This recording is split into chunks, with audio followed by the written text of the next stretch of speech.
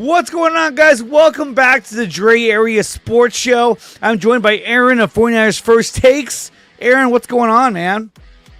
Been a while, like you said, hiding in the weeds, Hiding in the weeds, No, definitely, dude, definitely. But, it's a nice, calm Thursday. I thought I'd reach out to Aaron, catch up with him, talk about some recent San Francisco 49ers news.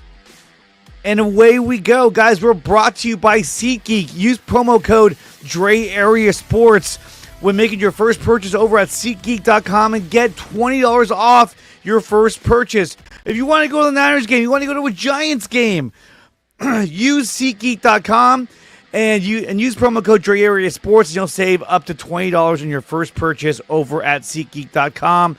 We're also brought to you by... Where is it? By BetUS. Use promo code DreAreaSports. They will match you up to 125% on your first three deposits.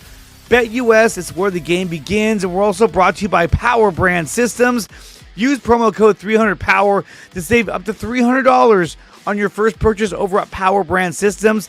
They will create a website to fit your needs for your small business, large business, YouTube channel, social media account, whatever you need, they will do it for you. And you want proof of their work? Well, check out my website, which is nicotina.net, which is the homepage for all three of my channels, including Dre Area Sports. Memberships are available on the website if you want to support the channel. And don't forget, you can also join us over on Patreon. I post videos, articles, news updates for the Niners and some Giants. So definitely check out the Patreon and join us over on Patreon to help support the channel. With that being said, dude, what is up? I'm so glad to be on here. I did a stream last night with my buddy Drew. We're talking more about the San Francisco Giants, and we covered the Niners. But now we're back again with Aaron of 49ers First Takes. Aaron, I wanted to ask you a question. There's been a lot of talk about the Niners wanting to get deeper at the defensive line position. Yes, they got Bryce Huff, and to me, that was a great move for San Francisco. But at the same time, I feel like they need to continue to add depth because they got pieces that I feel are a little too insignificant. Pieces like Robert Beal, who's never turned into anything. And then you got guys like Sam O. Love the guy, but is he the guy you really want to lean on when you start hitting injuries? Evan Anderson, I think, is really good. And then there's guys like Jordan Elliott, Yatir Gross-Matos. Some of these guys have some question marks surrounding them, especially their health when it comes to Yatir Gross-Matos. So one of the things I want to ask you about was there's been a lot of talk about the Niners should go after one of these three guys, which is Trey Hendrickson, TJ Watt, or Shamar Stewart. We know Shamar Stewart hasn't signed his contract yet with the Bengals. Trey Hendrickson wants an extension with the Bengals that they have not given him. And TJ Watt also wants an extension. So let me ask you, hypothetically, if you were to make a move to get one of these three guys, who would you target and why? Man, that's a good question. Two of them are going to definitely involve some sort of compensation coming back. Oh, yeah, without a doubt. Right there, I think, would scare the 49ers unless it was a reasonable draft pick. As far as Shamar Stewart, there's a lot of talk about his off-the-field issues, his off-the-field concerns coming into the 2025 NFL Draft. But a lot of people are actually siding with him when it comes to the negotiations with the Cincinnati Bengals and with the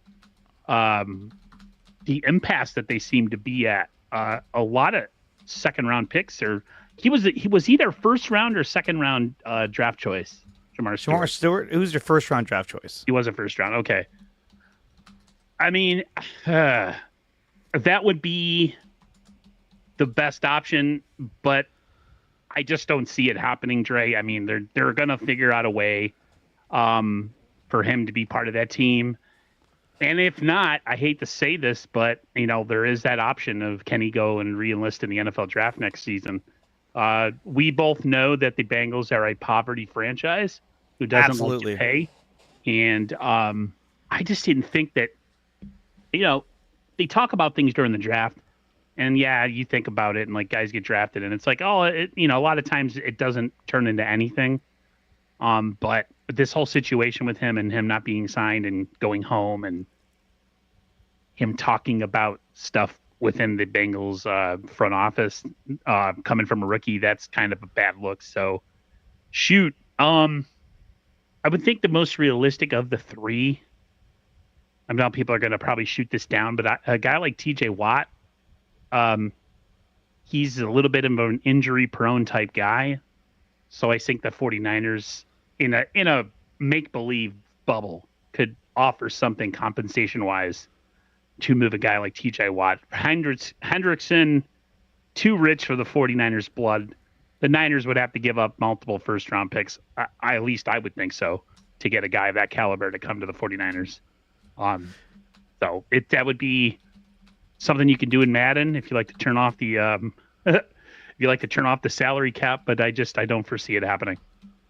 No, and here's the thing too: is that when you talk about a guy like Trey Hendrickson, we're talking about a guy that had 33 solo tackles, that had 17 and a half sacks. That's incredible.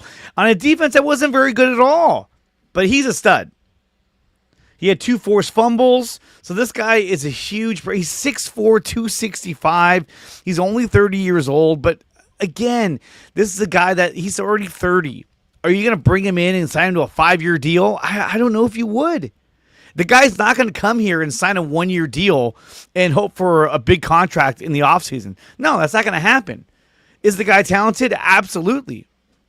But he's not a guy that fits the mold of what the Niners are trying to do right now. They're trying to get younger. They're trying to get more athletic.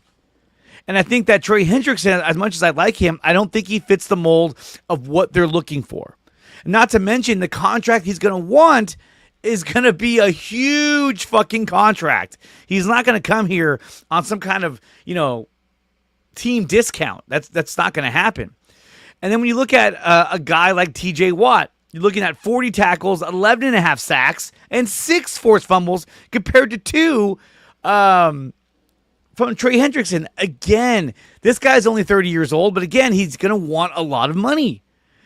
And so when you look at the third option, Shamar Stewart, granted, he's a rookie. He hasn't played. He led the Aggies in pressures last year at Texas A&M. He's only 21 years old. The guy's 6'5", 267. The guy has the mold of a Myles Garrett. This guy has huge upside. He has an intense motor as well. He was the number 17 pick in the draft. If you traded a couple of day 2 picks, maybe next year and the year after, and you got Shamar Stewart, then you essentially drafted 2 first-round picks in this year's draft. And to me, that's huge because now you've added more depth, but not only added depth, but you added more youth to your defensive line. Imagine a true NASCAR package that featured Nick Bosa, Shamar Stewart, Mykel Williams, and Bryce Huff on a 3rd and long. I mean, it's like good night. No fucking chance you're going to have getting that ball off.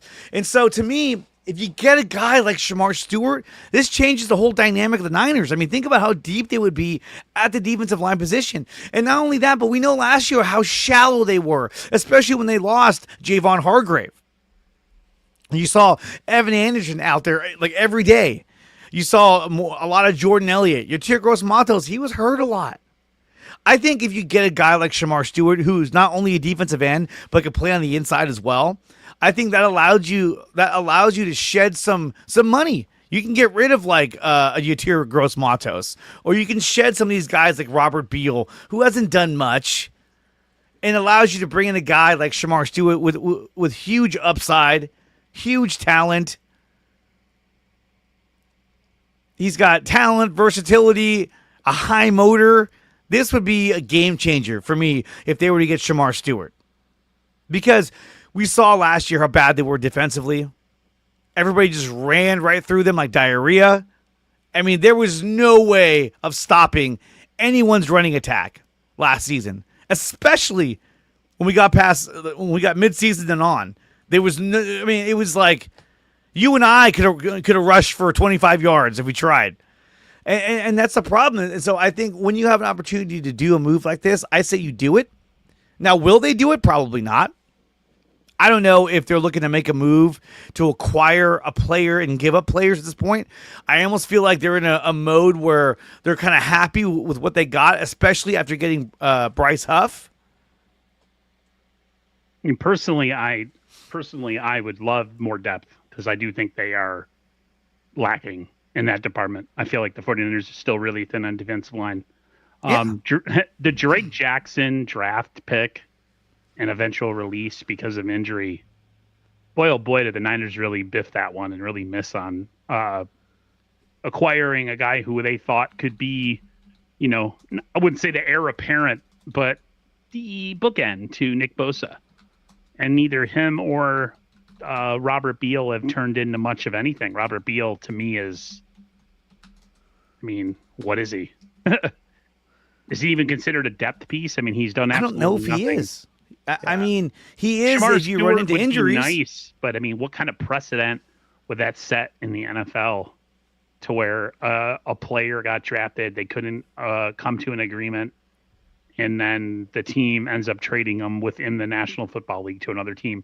That's if he becomes trade viable. Yeah. I don't even know how this would work. Is he going to become a free agent? Like, is he going back into the draft? No, I mean, if they don't sign him, possibly, but I think that, if you're the Bengals, you're probably saying, hey, look, we're going to sign this guy, okay? Give us some time, and we'll get this deal done. But I think if you make this phone call and say, hey, what do you want for Shamar Stewart? He doesn't seem very happy over there, and we love to make a deal for him. It at least it gets that going. It gets that conversation moving. And who knows, maybe John Lynch has already reached out to these guys saying, hey, what's going on with Shamar Stewart? I'd love to have him. I'll give you Robert Beal and a couple of day 2 picks. And now I've just drafted 2 first-round picks in this draft. That would be, to me, that'd be great. I'd love it. I would love to know if you've asked Sterling this question already. Yeah, he says no. So he's like, I would not do this. Is it a lot to do with the off-field stuff, with a lot of the stuff that they're trying to avoid? I think it's more like the amount of risk you would take in giving up to get a guy that is really raw. But to me, I would do it. I would totally do it. I'd be like, yeah, let's do this. Let's get deeper on the defensive line because we need to. We need more depth at that line. They need a ton of depth. I know one of the people in the comments, Bebop, says he would hope that they would reach in and poach a safety at some point in the offseason. Yeah, I mean, safety's definitely a concern too. Absolutely. Defense in general is a concern to me. They don't have a lot of, if you listen to certain people that, I might not agree with, I think I might have heard a blip from Grant Cohn that came across my TikTok. Uh-oh. And he made a comment about how the Niners, they're pretty thin on defense other than a couple key players. As much as I don't like the guy, I had to agree with them. I mean, they got Bosa, they have Warner, and Malik Mustafa when he's healthy. I mean, and Diamador Lenore. So, there's a lot of pieces on that defense that are still, completely unknown with all these rookies that are going to be starting. So, yeah, if you could ever pull off such a ridiculous move to bring in any of these guys, it would be fantastic. Shamar Stewart would be the most tantalizing because of having absolutely zero run on his tires. He is a moldable piece of clay at such a young age. I just think the Niners steer clear of that drama. There's just no way. Well, I think if you bring him here, though, he's going to be a lot happier. And I think the drama will kind of go away because he's going to be here. He's going to get the contract he wants. And he's going to be like, let's go. That would be beautiful. If life was like Madden, you could just move assets like nothing. That'd be great. I know a lot of people try to do the same thing with the Devers. I mean, look at the Rafael Devers trade that Buster Posey pulled off. Phenomenal. That is like the baseball equivalent of the Luka Doncic trade, where you're just like, we gave up what and we got who? Hell yeah! But let me ask you this: we talk about the defense. You talked about Malik Mustafa. We talked about he's got an injury. Jair Brown, he's dealing with a little bit of an injury as well, right? So what about this? Justin Simmons is out there as a safety. He's a free agent, I feel like he's out there every offseason. but still, to me, this is a valuable option to bring in and be able to get him out there in place of Malik Mustafa. And if he outplays Jair Brown in the first 2 to 3 weeks, he could be your starter and Jair Brown hits the bench. This gives you more flexibility. You let Talanoa Hufanga walk because of his inability to stay healthy. But now the young guys are kind of banged up. And I feel like Jason Pinnock will probably do a pretty good job. Yeah, I was just going to say a lot of people are speaking very highly of a guy like Jason Pinnock because of the kind of season he had last year with the Atlanta Falcons. And Exactly. and it looks, there's people that know more than me that are more clued in on the Niners. A lot of people seem to think that he is the Niners' answer at safety with these guys being out. And that as much as I would love for this, what you're showing me right now on screen, to be part of the team, I think internally the Niners have already found their answer at safety. Look at that. And this, for everyone who doesn't know, this is Jason Pinnock doing drills, getting ready for the 2025 season. Whoa, look at that. Look at all those muscles. All those muscles. Don't tear anything. They might have their answer right here in Jason Pinnock. I couldn't jump that high when I was younger, and if I did that now, I would tear every single ligament in both my knees. Oh, yeah, I'd be out. So that could be the option, is that you go with Jason Pinnock. But I think that, getting a guy like Justin Simmons at least gives you more depth at that safety position, which I think they really need right now, because we don't know what we're going to get out of Malik Mustafa. We don't know if he's still, rehabbing and trying to get to 100%. We really don't know. I think his mom was saying, oh, he's great. He was jumping around. Everything's fine. But you know what? That's his mom. Mothers are always going to speak up. My back hurts just watching this. Yeah, I know. I'd be like, take me out. Somebody get me a beer. It'd be too much. But I did want to bring this up. I couldn't find the exact video, but I know Lombardi reported on this, that there was a video of Trent Williams talking at some kind of football camp or something like that, and he shouts out Nick Martin. He says, yeah, Nick Martin, who he broke his thumb lifting weights, so I don't know how he did that. So Trent Williams broke the news that Nick Martin broke his thumb while lifting weights. To me, this is kind of scary because he already broke his thumb. Now, I know that this is a case where that may take, a few weeks to heal. July 13th or July 14th or 15th is going to be when the rookies show up to camp. So I think, he's at a point now where he could be in a brace, he could be in a club and be out there playing. But to me, this is serious. He broke his thumb. It's going to slow him down. It's going to slow down what he can do in terms of tackling. What do you think about? You break your thumb in the weight room? What are you doing? I don't know. Don't ask me. I don't lift weights. Because I know that the players have access to the weight room, for what Kyle said, even though they're told to get away, that they could come to the facility. Was somebody eating something before they went and lifted weights, and the grease or the cheese filling on a Danish or something get on his fingers? Like, what? How? What are we doing, man? Come on. I don't know, dude. I don't know. It's crazy to think about. But he broke his thumb. And let's not forget, we still have D. Winters as well. And D. Winters had a good season. But he was hurt most of the time. So, but when he was out there, you saw him flying around. And so far at OTAs, he's looked really, really good. That's what all the reporters have been saying. But I think that, a guy like D. Winters, this is a make or break season for him. Because you got to figure the bell rung when they drafted Nick Martin as early as they did. I think that sent a message to him saying, hey, if you don't get it together, this is the guy we're going to go with. So I think D. Winters is going to have a big season as long as he can stay healthy. And that's one of his biggest problems, that he can't stay healthy. As Bebop says, Saleh, the linebacker whisperer. I hope so. Because I think I see a lot of big things coming out of D. Winters this next season. I feel like the 49ers are counting on Saleh being the difference maker with such a young and inexperienced defense. I really believe that. I've asked that to Sterling. I've asked other people too. I'm like, the Niners could have eased some of the pain of losing certain guys by bringing in other big names. And they didn't do that.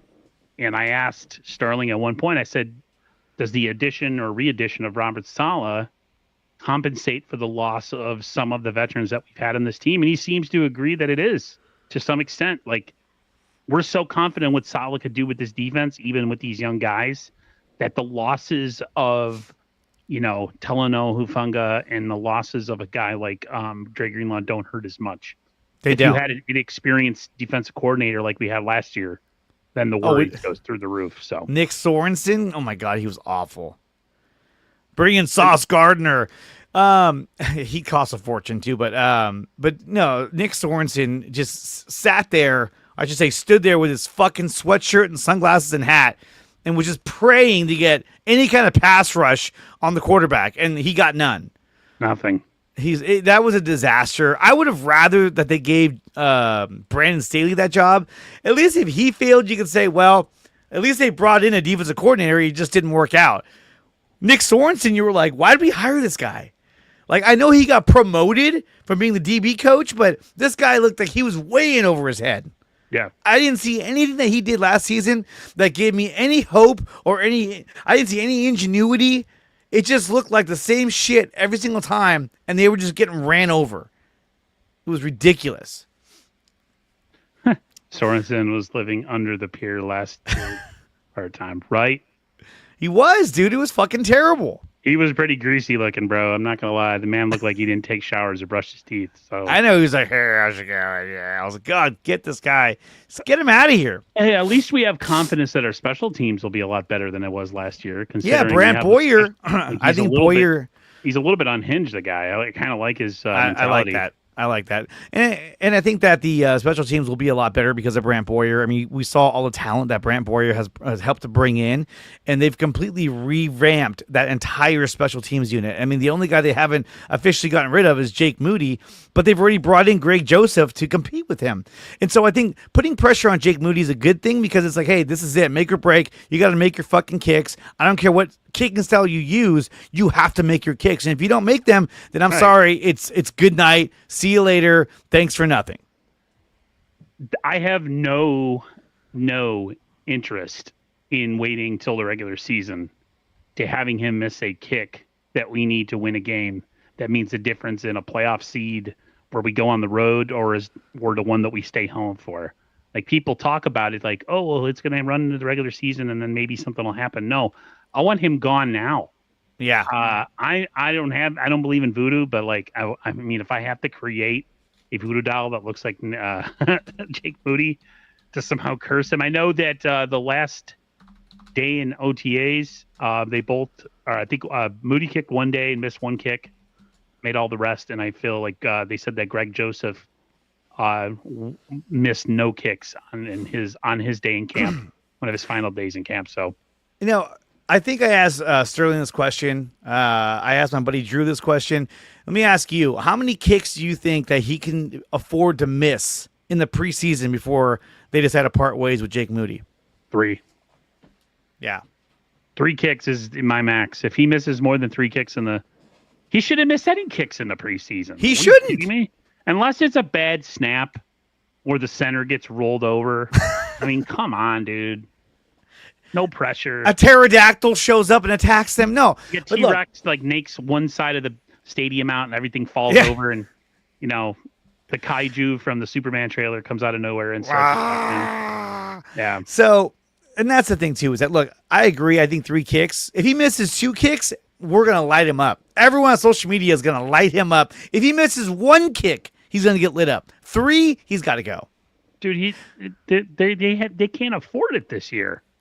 They can't. The way this can't. team is currently constructed and how I feel the games are going to be won and lost.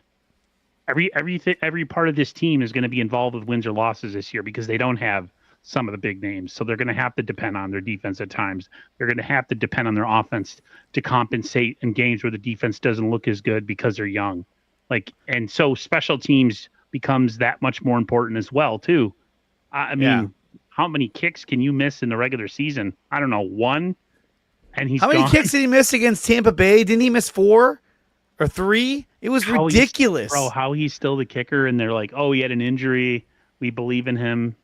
Like, I know that's coach speak, and I know that's like, you're a politician when you're the GM of the team. You have to speak up people. because if you don't, it kills your trade value. But man, oh man. But why Next was season. why was he rushed back? You would think and say, hey, Jake, take your time. We don't want to rush you back. We got Anders Carlson here. He's kicking. We had Nick Wright. He knocked himself out. Like, just take your time. But they kind of rushed him back for no reason. He came back and he was horrible. And it was like, okay, look, let me give you the benefit of the doubt. Why on earth would you rush him back? The guy had a high ankle sprain. He's your 3rd round pick. We saw what he did in the Super Bowl. He made all of his kicks. Give this guy an additional 2 weeks, 3 weeks to get fully healthy and then see what you got. Don't rush him back when there was no point in rushing him back. You still had Anders Carlson. And what happened? They let him go, and Carlson went and signed with the Chiefs. I think it was the Chiefs. I'm pretty sure it was. And so that's some of the things I question when it comes to Kyle Shanahan. Now, look, I'm a Kyle Shanahan fan, but to a certain degree. When it comes to things like why rush back Jake Moody, he didn't need to. Okay, that I don't agree with. And there's some other things about Kyle Shanahan that I question when it comes to his judgment. And we have an interesting stat about Kyle Shanahan that I learned today that I thought was very, very interesting and very telling about Kyle Shanahan. We're going to talk about all of that in just a minute. We'll be right back as we break for a message from our sponsors. You're listening to the Dre Area Sports Show with my good friend Aaron from 49ers First Takes, and we'll be right back. Well, that was the wrong one. We'll be right back. You're listening to the Dre Area Sports Show, live on YouTube and X. Make sure to like, share, and subscribe. The Dre Area Sports Show is brought to you by SeatGeek. Use promo code Dre Area Sports to save $20 on your first purchase at SeatGeek.com. And we are also brought to you by Taryn Roy, the SEO Optimizer. If you're looking to boost your YouTube channel, then check out the SEO Optimizer. Use promo code Dre Area Sports to start your free trial today. Power Brand Systems. If you're looking to build a website for your small business or YouTube channel, then check out Power Brand Systems. Use promo code 300POWER to save up to $300 on your first purchase at Power Brand Systems.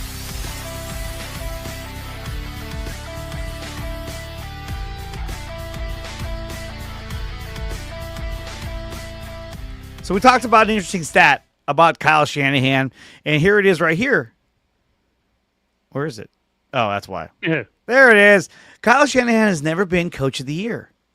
Is this valid or disrespectful? I think it's neither, because we've come to find out that Coach of the Year is typically like, it's sort of like the comeback player of the year, but for the coach. It's like, look at what this guy did with the shittiest team possible or the biggest surprise team, and here's the coach. The biggest turnaround. And so I don't think that Shanahan is a guy that, you know, he's been successful for a long time now. If he got them to the Super Bowl on his first year, that's Coach of the Year status. But I think Coach of the Year status comes if he was to have a year like this year where they have a team that's considered to be less talented by a big stretch and somehow gets them into the Super Bowl and win it, possibly. Like, that has to be an option for Coach of the Year. I don't know what is going on with my camera on this website. For some reason, it's jacked up. But, yeah, that to me, like, taking a team like this team this year, with all the veterans that were let go and all the cash that we had to eat in order, as far as like, just gutting this team to trying to get back under the, with the whole Brock Purdy situation. I think that would be something. I don't think he gets any credit with a roster like we've had the last couple of years. He doesn't. A lot of them will be like, oh, anybody could win with that roster. So it's not a big old deal. You know what I mean? Let's look at some of the recent winners of this award. Oh, what the hell is this? Oh. And you look at some of these guys, right? Obviously, Sean McVay, how we turn them around. We look at Kevin Stefanski. He's won that twice, actually. But in 2023, they had the best defense in the NFL. And they got into the playoffs on a team that was not supposed to do anything. Brian Dable, I think he should be fired by now. But he turned that team around. They had a magical year. Kevin O'Connell. They were already successful. This past season, they were borderline dominant successful until they got to the playoffs. And then Sam Darnold turned back into a pumpkin. But Kevin O'Connell, he turned that thing around. So he won that. And you see John Harbaugh and Jason Garrett, Ron Rivera. But a lot of these teams. It's amazing that you don't see Andy Reid on any of those. You don't see Andy Reid. Why? Because they're already successful. Yep. He has talent around him. And so it really goes to the guys that have to step in and turn things around for the organization. And that's why they win that Coach of the Year. Could he win it this year, like you were saying? I think so. I think there's definitely a chance for that because of all the rookies he's got, but probably not because they'll say, well, he's got McCaffrey, he's got George Kittle. Yeah, they're still going to downplay him. Yeah, exactly. You got Nick Bosa, Fred Warner. But I think here's the thing when it comes to the Kyle Shanahan. Here's some of the things that I don't like when it comes to Christian McCaffrey. People ask him, are you going to kind of manage McCaffrey's load? And what's his answer? Christian's going to do what Christian does. No, he doesn't. You're the coach. You don't have to put him in. You control him. And I think that's kind of a cop-out to say, well, Christian's going to do what Christian's going to do. No, you're the fucking head coach. And you're the borderline general manager at this point. Like, you need to control how much you use Christian McCaffrey. It can't be this 85-15 bullshit. They did that. That's the problem he's always had with players, is not knowing when to give a player a blow, so to speak. And excuse me?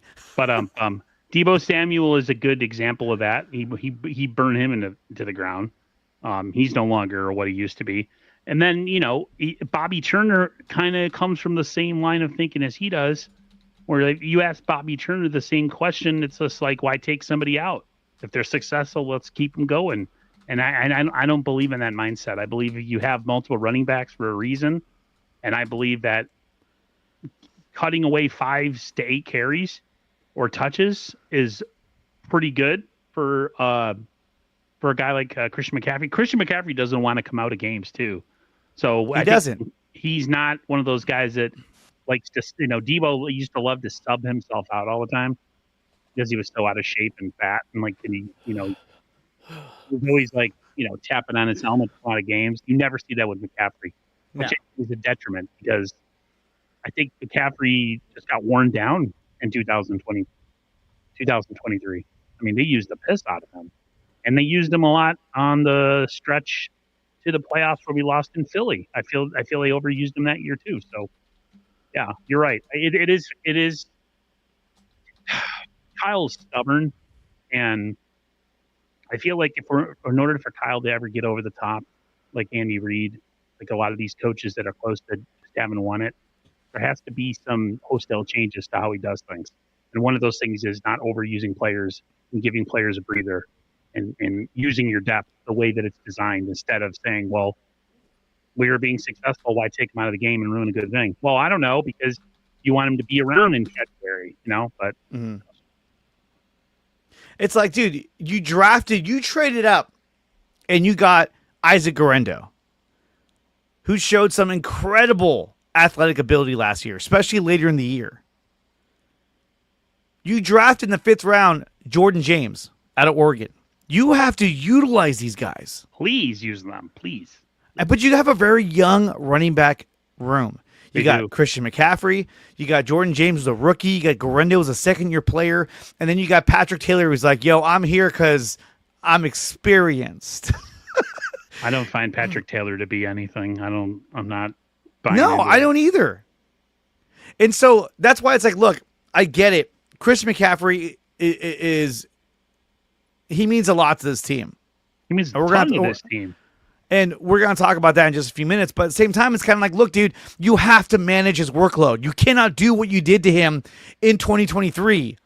You can't. After having bilateral Achilles tendonitis, You can't just say, "Here we go, go, go, go, go." Give it to CMC. Give it to CMC. No, you have to manage his load. And I want to see more of Jordan James. I want to see more Isaac Guerrero. And if we get leads in these games against easy teams, then we have to lean on guys like Jordan James and Isaac Guerrero to put these games away. Give Kyle Juszczyk a carrier for. I don't care. Oh, Kyle Juszczyk. But what do you think? Do you want to see more? Yeah. Do you want to see more of the other running backs? Yes, absolutely. Absolutely.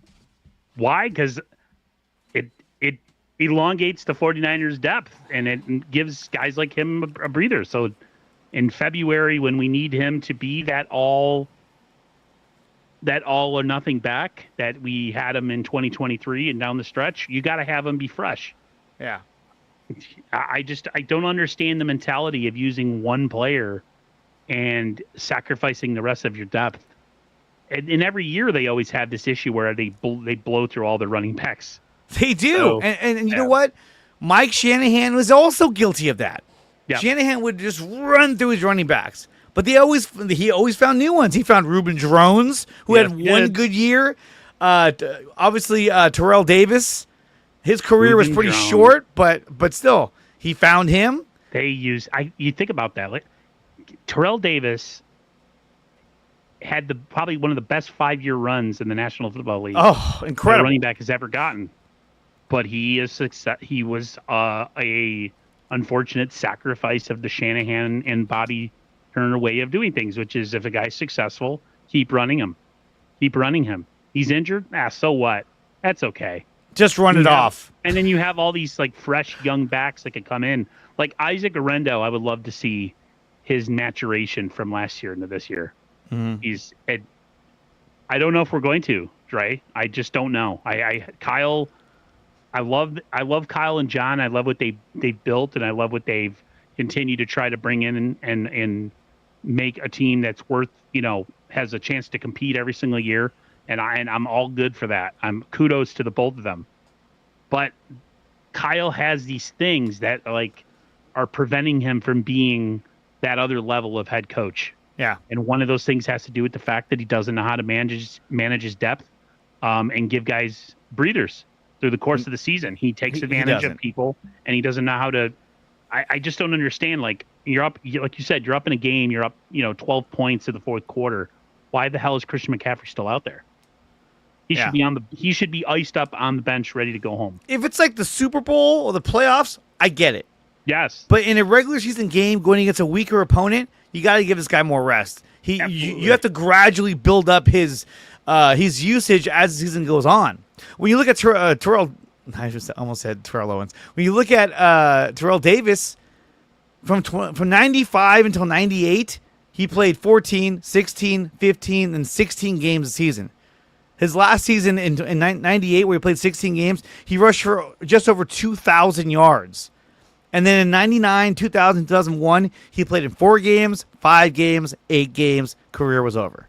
So he had 4 years where he was absolutely dominating out there.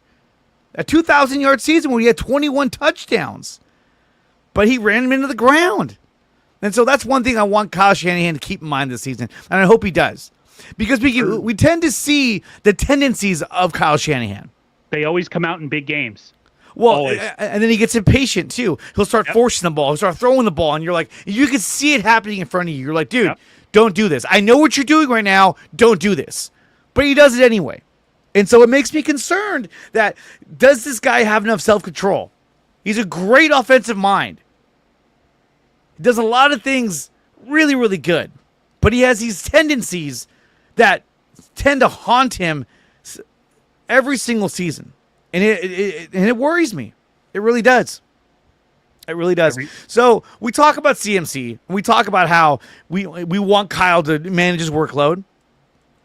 But what can we really expect out of CMC? When you look at the end of the year, rushing-wise, do you think, is this the guy that gets over 1,000 yards rushing, or do you think he's under 1,000 yards? This is going to be weird to say, but I hope he's under. I hope they're able to have a more of a committee backfield where he still be number one. But I would love to see his carries and touches be minimized. I would him over 1,000. It scares me. I know 1,000 is kind of like not a big deal nowadays. Like 2,000. Well, he has to have at least 10 games where he gets over 100 yards. I think he can. I think he'll definitely get over 1,000 yards. I actually think he's going to have a huge bounce back season. Obviously, yes, he has to stay healthy, but so does everybody else. And so for anyone to say, well, he's got to stay healthy. He's got to stay healthy. Well, no shit. Everyone has to stay healthy. But I think that when it comes to Christian McCaffrey, this guy's capable of rushing over 1,000 yards. I want him down the road. I want him in late. I do too. Season. I don't care about. It's a 16-game season. 17 game. So I want at least 100 yards or more out of 10 of these games. Of course, I want more than that. But it's really going to depend. Like, a big thing is how Jordan James and how Isaac Guerrero hit their running lanes early in the season. Kyle loses a lot of patience with guys that fumble too. He does. He loses, and that's why he loved Mitchell so much, because Mitchell didn't fumble. He knew he wouldn't fumble. Guerrero, he's fumbled. McCaffrey doesn't really fumble unless he's playing the Chiefs in the Super Bowl. Then he fumbles. It's the only time. Fuck that whole game up. Yeah. I still can't get over that. I'm still mad about it too, and there's nothing we could do about it. That's unfortunate. Nothing we do about it. Just fucked. Totally fucked. But what I would like to see, though, is I would love to see Christian McCaffrey used as a receiver out of the backfield. When you watch his highlights in 2023, we saw a lot of McCaffrey coming out of the backfield, lining up in the slot, and then on a quick slant, a quick shot to McCaffrey, first down. Or just line him up as a receiver. I would love that. Come up with some new offensive, what do you call, design, where you have Guerrero in the backfield as your starting running back. And instead of having, I don't know, maybe Ricky Pearsall just isn't cutting the mustard, and your slot receiver on third down is Christian McCaffrey. I think he'd do well to be out there. I mean, I wouldn't give it to him constantly, but he has that ability. What you can't do is you can't have McCaffrey line up in the slot or as a receiver, and then immediately do an end around and give it to him, because they're gonna be looking at him like, watch McCaffrey. Okay, you got the ball, get him. With Kyle, like, you knew when certain guys like Debo were coming in, I'm like, here we go. He's gonna hand him the ball. Here it comes, and the defense was just fucking waiting for him. And Debo is like taking dirt naps constantly because he couldn't break tackles anymore. And he just looks stupid. He's like, oh damn, they got me. So let me ask you this: without Debo Samuel, do you think it affects the Niners offense in a negative or a positive way in 2025? I don't think it changes anything because he had no impact last year. Yeah, to me, they're not losing anything. I know a lot of people say, "Are you kidding me?" For everything he's done for this team, yeah, he did for like season, 2019 and 2022. He was pretty fantastic. Yeah. But what did he do? What did he do last year that can't be replaced by a litany of younger guys? Yeah, I agree. They're not missing anything. The guys on those broadcasts, they try to go, the Niners lost Debo Samuel. But they're talking about him as if he was the same Debo he's been, and he wasn't. He wasn't. Not at all. We were all calling him to be gone in the middle of the last season. Some of us maybe in the early part of the season. He just looked like he was dragging ass. The only time I ever was happy is when he punched a freaking long snapper and kicker. I wasn't even happy about that. I was like, bro, what are you doing? Do that behind closed doors. Don't do it right in the middle of the field. Don't fucking push him in the face and then say, oh, you know what? I want the football. Give me the football. And then you fucking drop footballs. You drop touchdowns. It's like, you know what? Yeah, you did this to yourself. And he fucking left because he's a fucking coward. He knew that he made himself look so fucking dumb last season that he was like, dude, I got to get out of here. It's not going to work out here anymore. I think you should trade me. What do you think about Kittle having his back? Because we were all clowning him. I tweeted that he looked like a 45-year-old overweight man like I am. The way he was moving on the practice field. Well, let's put it this way. If there was a video of you talking on a podcast and someone said, oh, it looks like Aaron's lost a step or two, I'd be like, hey, how can you say that? That's his first fucking episode with that guy. He doesn't even know him yet. Like, he's still learning how to jive with this guy. What are you talking about? Yeah. So, look. That's his boy. They're friends. He's going to stick up for him, and I get that. I understand that. That's what you do. Welcome to social media, baby. But still, he looks slow as fuck. He looked overweight. He did not look good. well, it's whatever. I mean, that's it. You're right. That's his boy. But what is, I don't know, what does Kittle expect? If you got people from the Cone Click calling out freaking Christian McCaffrey and saying that he looks like, he lost a step or two and that, they're concerned, there's no way Deebo Samuel's going to be safe, Well, yeah, and look, to say that Christian McCaffrey has lost a step or two, I'm sorry.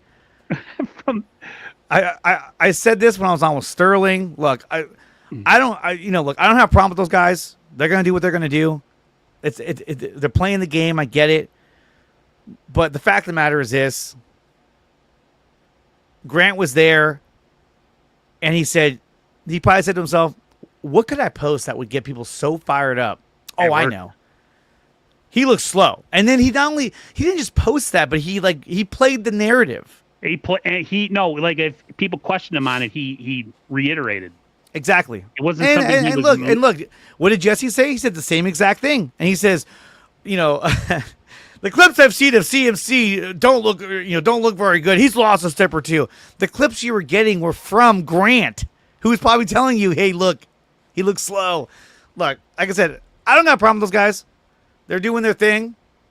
I don't agree with some of the stuff they do, but to me, anyone who knows anything about YouTube, that's exactly what they were doing. They know to play the game. They know drumming up interaction. It worked. If it gets haters like me to get all hot and bothered about stuff because I'm a hater, that's what I do. I hate. You're a hater. I'm a hater, dude, all the way. Big time hater. I've always been cut, but that's just my personality, though. I just like to stir the pot. That's everybody. You're a hater.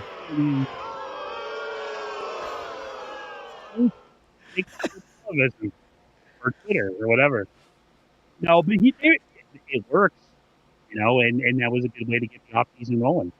Yeah. Well, what doesn't get people's blood freaking raging quicker than when you say Christian McCaffrey looks slow as hell? Yeah. And we're concerned about the season. The moment I read the post, I was like, "Oh, you motherfucker! I know exactly what you're doing," and everyone jumped on it. And then look, including me. He's playing the game.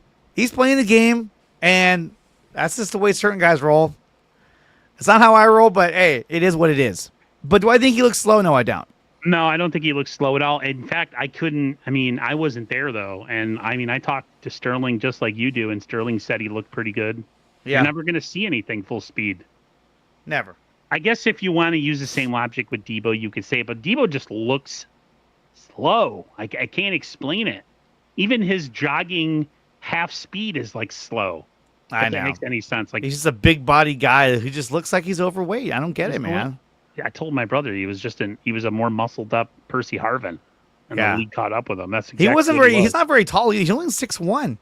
A lot of these receivers, the really good receivers, are 6'3", 6'4". They have that height. He never had that. He had the width. Yeah, he was he could just take you down. He had he was like a big bottom girl or whatever the song from Queen. Fat bottom girl. Fat bottom girl. Okay, so let's go to some other news that pertains to the 49ers. And this is it right here. We have some key dates that we're going to be looking at here. The NFL has announced the official training camp report dates for all 32 teams, and the camps are set to begin this July. This comes courtesy of Raj from RSF 49ers. He's a badass. Raj is my... he's positive, and he just gives the news. That's it. There's no narratives from Raj. He just gives 49er news. That's it. Exactly. That's it. I don't want anybody's opinion when I see news, especially if they're a reporter. Just report the news. So here it says the Niners rookies will report on July 15th, while the veterans are scheduled to arrive on July 22nd. And just to let everybody know, I will not be live on the 15th because I will be camping with my family, but I'll be back by the 16th. So 15th, the rookies show up. 7 days later, all the vets are scheduled to be there. They have joint practices with both the Broncos and the Raiders. With the Broncos, you're looking at August 7th in Santa Clara and August 14th in Henderson, Nevada against the Las Vegas Raiders. So those are some key dates for us, as that will lead right into the preseason. And then it's just like, oh, baby, here we go. We're so close.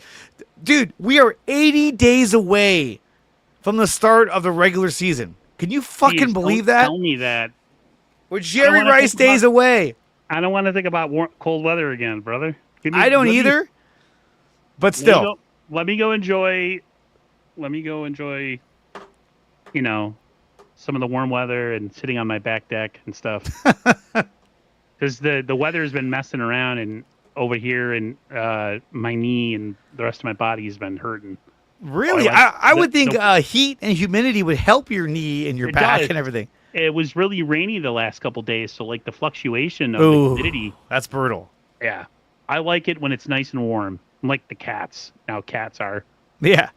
Like and there's McCaffrey. You know why he looks so slow? Because he had that Guardian helmet on. It looks so ridiculous, but I'm all for health, I guess. Exactly. I really think he's going to have a big year. I really do. I think he's out for blood, and I think that he's out to show everybody, like, fuck you, I'm still fucking elite, and I want him to have a big year, bro, but at the same time, like I told you, I'd rather see him turn it on in September or in November, December, and early January. I don't want to... There's got to be... They always say there's more one way to skin a cat. I mean, if Kittle's healthy, if he's healthy, Juwan Jennings is healthy, I think we can move the ball and score some points. If Ricky Pearsall can just freaking stay healthy, for goodness sakes, bro. Come on. Enough of that trash. These guys, man, with these hamstrings. It's always hamstrings. It's like Marsha. He's like, it's getting hot next week on the East Coast. Oh, boy. Hey, I'm an East Coaster. I'm on the West Coast. It's great over here. Yeah, the other day was 92. I went swimming. It's beautiful. Nice, bright, sunny day. I need to learn how. I need to go. Well, I was told by the doctor because of my joints that I sound like I'm 60, but swimming is really good for like knees and stuff. Because of my joints. Yeah. Do you take joint juice? Don't take joint juice. I have this one friend who's a big time stoner, and he's like, "Yo, you got to drink this juice." I think some Twitch streamer drinks it, and he's like, "It tastes like this one tastes like high C and this and that. It's supposed to help your joints." And I'm like, bro, I'm not supporting anybody. I don't have the money to buy some brand name joint juice. No. You should contact them and say, hey, can I be a sponsor for your brand? Yeah, for the 4 people that watch my YouTube channel, I'll drink your joint juice while I stream. Just have a big vat and like you know how hamsters have that thing with the little metal. I'll just have that right there. Yeah. So let me pull up this list as we kind of round things out here on the show. Let me pull up this list. This is the top 10 quarterbacks according to Charles McDonald of Yahoo Sports. Can you hear me? Yeah, I can hear you. Okay. Oh, sorry. It was telling me something about the audio. I don't know. There's no audio on this, though. So, okay. So, this is Charles McDonald's top 10 quarterbacks. He's of Yahoo Sports. Mahomes, Jackson, Allen, Burrow, Herbert, Stafford, Prescott. Why is Prescott on there? Geno Why? Smith, Love, and Stroud. Okay. Purdy should be, if you want to put Purdy, you could put him at 10. I don't care. I would put Purdy at 9 because I would move CJ Stroud up to 7. I'd actually put Purdy at 8 because I would do Stroud at 7. Prescott would Purdy be 9 at 8. Love Prescott at 9. would be 10, and Love would be at 9. I agree. And here's the thing. And we're basing this off of just pure talent alone in terms of like your physical talents. We know that Jackson, Allen, Burrow, Herbert, they have the rocket arms. So does Mahomes. Burrow looks like Anakin Skywalker from Revenge of the Sith. You seen that? He kind of does. But Prescott, the guy is an interception machine. He's not clutch. I don't think he's as accurate as Brock Purdy is. Geno Smith, I don't even know why the fuck he's on this list. He needs to get the fuck out of here. Geno Smith. And Jordan Love. Look, Jordan Love. I'm surprised what's his name isn't on this list on Seattle this year. I'm surprised. Darnold? Yeah. I know, right? They'll do anything to slight Purdy, dude. I know. Do anything. I know. Let's make a random list from a guy we've all never heard of. From whatever website he's Yahoo from. Sports. Billy Bob McDonald or whatever his name is. And we're gonna make a list, and he's probably I bet you he's like a Seahawks or Rams fan or something. Whatever, dude. I mean, even what's his face out of Denver, Bo Nix, I would say is better than Geno Smith. He still wouldn't be on this list. Fucking kidding me? Not yet. Bo Nix is close. Bo Nix is close. Even fucking Jaden Daniels, I would put over Geno Smith. I don't like Geno Smith. I wouldn't. I don't think he's that good. I agree with you on both. I just wouldn't put them on the list. Not yet. Give him another season. Jared Goff, perhaps? Should he have been on this list? No. Maybe. But I think Purdy should be on this list. I would put Purdy at number 8. I think you take Geno off, you put Purdy. And you put Purdy at 8. I would put him at 7. He's better than Prescott. I'd rather have Brock Purdy than Dak Prescott. Yep, I agree. But, the NFL is all they. I don't know, man, what they watch. They just watch highlights. Now the thing too is that, like, okay, so would you rather have Purdy than Matthew Stafford? I'd probably say yes because of the age. But Stafford has natural fucking ability, and he has the ability to take over a game. He has that look where he's like, I don't give a fuck who you are. I'm going to win this goddamn game. Stafford, to me, I mean, he's won a Super Bowl already. Yeah. As much as I love Brock, I mean, if I had to win a game, I'd probably go Stafford. But at the same time, I mean, I love me some Brock. What is going on with my camera, man? I don't know. I thought it was like a retro look you're going for. No, it's some lighting issue I'm having in my room or whatever. It's your red beard. It's just it's overtaking the camera color. It's like, yeah. Would you take Herbert over Purdy? No. Would you take Burrow? Yes. Allen? Of course. Jackson? Yes. Mahomes? Yes.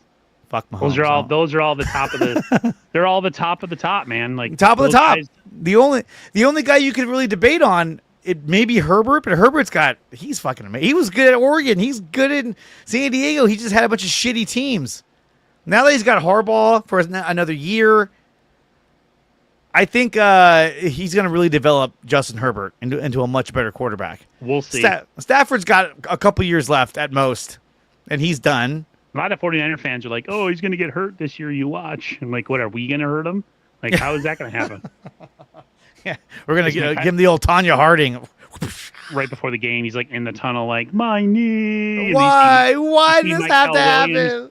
You see Michael Williams in the background, like hiding. Samo. In his hand. Yeah, Samo. Somebody. Robert Beal. I did something to help the team as you cut me. Yeah. Well, guys, that's going to do it for the Dre Area Sports Show. I want to thank Aaron for coming out here and talking some Niners football. Aaron, where can they find you and all your content? 49ers First Takes YouTube channel. Something's going on with my camera. I have to figure mine out. Yeah, I'm like all blurry right now. It might be StreamYard partially, but I have some issues. 49ers First Takes YouTube channel and TikTok and X and Instagram. Kind of quiet right now. Not much going on the channel. But things are going to heat up. I will probably be on with Dre Area Sports and Sterling Bennett and everybody else in about another 4 weeks. So I'm looking forward to it. I think so. So am I. The season is on its way. It's only 80 days away, everybody. That's crazy. It's almost here. 80 days. 80 fucking days. Isn't that some shit? See, here it goes again. I don't know what's... Maybe you got to shave. I don't know. No, it's my aura. You know, I have an aura. Yeah, you're just fucking glowing right now, dude. I'm an angel. Are you an angel? What? An angel. Sorry. They say they Phantom Menace. What is it? They say they come from the moons of what was the planet? I forgot. Like Diego or Diego, yes. They say that they live around the moons of Diego. That's what the deep space pilots say. Pilots call it. Yeah. Yeah. Oh my God. Oh God. All right. We'll see you guys next time. Until then, go Niners, and we'll talk to you next time. I'll be live again next Wednesday for the Dre Area Sports Show with Drew and Dre, and I'll be live tomorrow night with my good friend Mr. Sterling Bennett as we'll be talking about probably the same shit we talked about today, but hopefully some new breaking news. And we're going to touch a little bit on the Rafael Devers trade, as both of us are huge Giants fans. So, guys, until next time, go Niners, and we will talk to you next time. Peace! Thank you for watching this video. If you want more of this content, then check out some of these recommended videos right here on your screen. Make sure you like, share, and subscribe to the channel. And if you want to support the channel, you can do so by going to my website, which is nicotina.net, and there are memberships available under Dre Area Sports.